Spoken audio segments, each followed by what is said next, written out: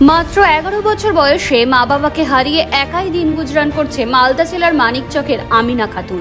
বাবা মাহারা আমিনা খাতুন, বয়স 11, স্থানীয় এনাদপুর হাই স্কুলের 7ম শ্রেণীর ছাত্রী। এখন অনাথ আমিনা প্রতিবেশীদের সাহায্যে কোনো রকম ভাবে দিন গুজরান করছে। স্থানীয় সূত্রে জানা গিয়েছে প্রায় কয়েক বছর আগেই মারা যায় আমিনার বাবা। তারপর কয়েকদিন আগে হৃদরোগে আক্রান্ত হয়ে মারা যান আমিনার মা। নেমে আসে আমিনার জীবনে অন্ধকার। স্থানীয় প্রতিবন্ধী প্রতিবেশী দুমুঠো ভাত দিলেও সবকিছু দেওয়া তার পক্ষে সম্ভব নয়, কারণ সেও প্রতিবন্ধী।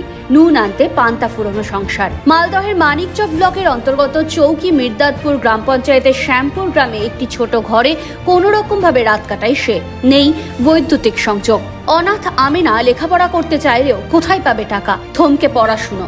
এবার 6ষ্ঠ শ্রেণী উত্তীর্ণ হয়ে 7ম শ্রেণীতে টাকা না থাকার কারণে ভর্তি হতে পারেনি অসহায় আমিনা। এই করুণ কাহিনী আমরা তুলে ধরলে এনাদপুর হাই স্কুলের প্রধান শিক্ষক বদিউজ্জামান অসহায় ছাত্রীর ভর্তি সহ পড়াশোনার দায়িত্ব নেওয়ার আশ্বাস দেন। বিশিষ্ট সমাজসেবী তথা শিক্ষক মোয়াজ্জেম হোসেন, মালদা জেলা পরিষদ সদস্যা সাবিনা ইয়াসমিন আমিনার পাশে থাকবেন বলে জানিয়েছেন। কেউ নেই তোমার মা বাবা?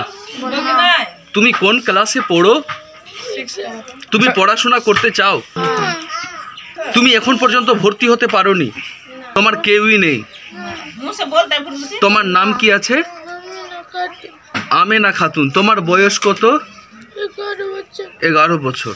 ওর মা বাবা কেউ নেই? না, ওর মা বাবা, ভাই বোন, নানা নানি কেউ নাই দুনিয়াতে। বাচ্চাটা একাই। কতদিন থেকে আপনারা দেখাশোনা করছেন? ওর মা মারা পর্যন্ত মা ছিল তো মায়ের সঙ্গে ছিল, মা না তো এখন তো আর কেউ নাই। তো আমাদের তো দেখতে হচ্ছে, রাখতে হচ্ছে সঙ্গে। তো ওই যে আমাদের সঙ্গেই আছে, এখন সঙ্গেই রাখছি।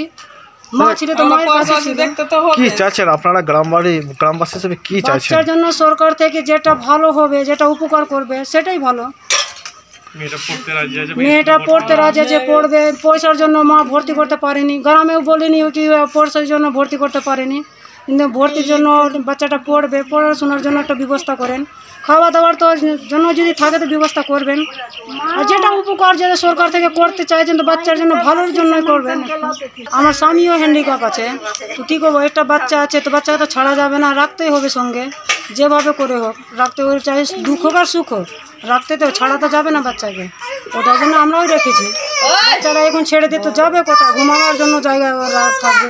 ওর মা ছিল, মা হার্ট অ্যাটাক করে মারা গেল। স্কুলে এনাদপুর জুনিয়র হাই স্কুলে পড়ছিল, পয়সার জন্য ভর্তি করতে পারেনি, ভর্তিও নেয়নি। এখন ওর ইচ্ছা আছে পড়ার, সেই জন্য আমরা বলছি কি সরকার কিছু সাহায্য করে ওর পিছনে। কেন কি ওর বাপও নাই, মাও নাই। এখন আমিনার কিভাবে চলে সংসার? এমনি মানুষ, এমনি গ্রামের লোক কিছু দেখে ওইগুলা চালায়। কেন কি এমনি তো ওর কিছু নাই। আমরা বলছি সাহায্য যেরকম সরকার করে, এটাই আমাদের। কতদিন আগে বাবা মা মারা গেছে? এখন একটা জিনিস হচ্ছে, ওর মা মারা হলো 10 দিন হলো, বাবা বর্তমানে নাই। মাই ছিল, মায়ের সঙ্গে ছিল, মা হার্ট অ্যাটাক করে মারা গিয়েছে।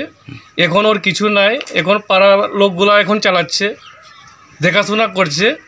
স্কুলে ভর্তি করতে পারেনি, আর স্কুলে ভর্তি হলেই নিয়ে আমি সরকারকে বলছি যেরকম ওকে স্কুলে ভর্তি লাই, ওর পড়াবার চেষ্টা করে সাহায্য কিছু করে ওকে।